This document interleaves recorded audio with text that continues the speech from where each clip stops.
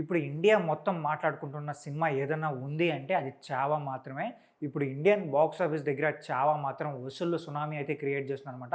ఈ సినిమాకి అటు హిందీలో, ఇటు తెలుగు, తమిళ, కన్నడ అన్ని భాషల్లో మంచి రెస్పాన్స్ అయితే వస్తుంది. బట్ ఆడియన్స్ ఎక్కడ నిరుత్సాహపడుతున్నారంటే ఈ సినిమాని ఎందుకు రీజియన్ లాంగ్వేజ్‌లో కూడా రిలీజ్ చేయలేదు. తెలుగు, తమిళ్, కన్నడ ఇలాంటి లాంగ్వేజెస్‌లో ఎందుకు రిలీజ్ చేయలేదు. ఓన్లీ హిందీలో మాత్రం ఎందుకు రిలీజ్ చేశారు. ఇంత మంచి కథని, ఇంత మంచి సినిమాని అన్ని భాషల్లో రిలీజ్ చేయాలి కదా అని చెప్పి ఫ్యాన్స్ కూడా చాలా అంటే చాలా డిమాండ్ చేస్తున్నారు.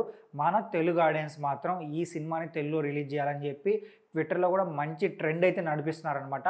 So we want Telugu release అని చెప్పి కూడా వాళ్ళు హ్యాష్ ట్యాగ్ పెట్టి ఈ సినిమా గురించి అయితే ట్రెండ్ అయితే జరుగుతుంది.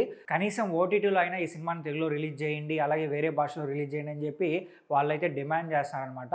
సో ఇప్పుడన్నా ప్రొడ్యూసర్స్ కొంచెం ఆలోచించి ఈ సినిమాని తెలుగులో కానీ అలాగే రీజనల్ లాంగ్వేజ్లో రిలీజ్ చేస్తే బాగుంటుంది అని చాలామంది అయితే కోరుకుంటున్నారు. సో చూద్దాం మరి.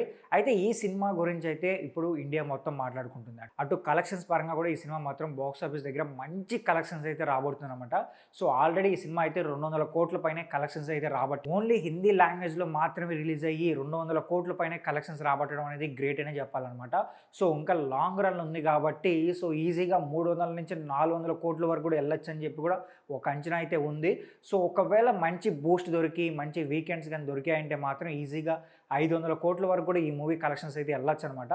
సో 'చావా' మాత్రం నిజంగానే ఇది రియల్ సినిమా అని చెప్పాలి. ఛత్రపతి సంభాజీ మహారాజ్ జీవిత ఆధారంగా వచ్చిన ఈ కథ మాత్రం జనాలు అయితే చాలా అంటే చాలా ఎంకరేజ్ చేస్తున్నారు.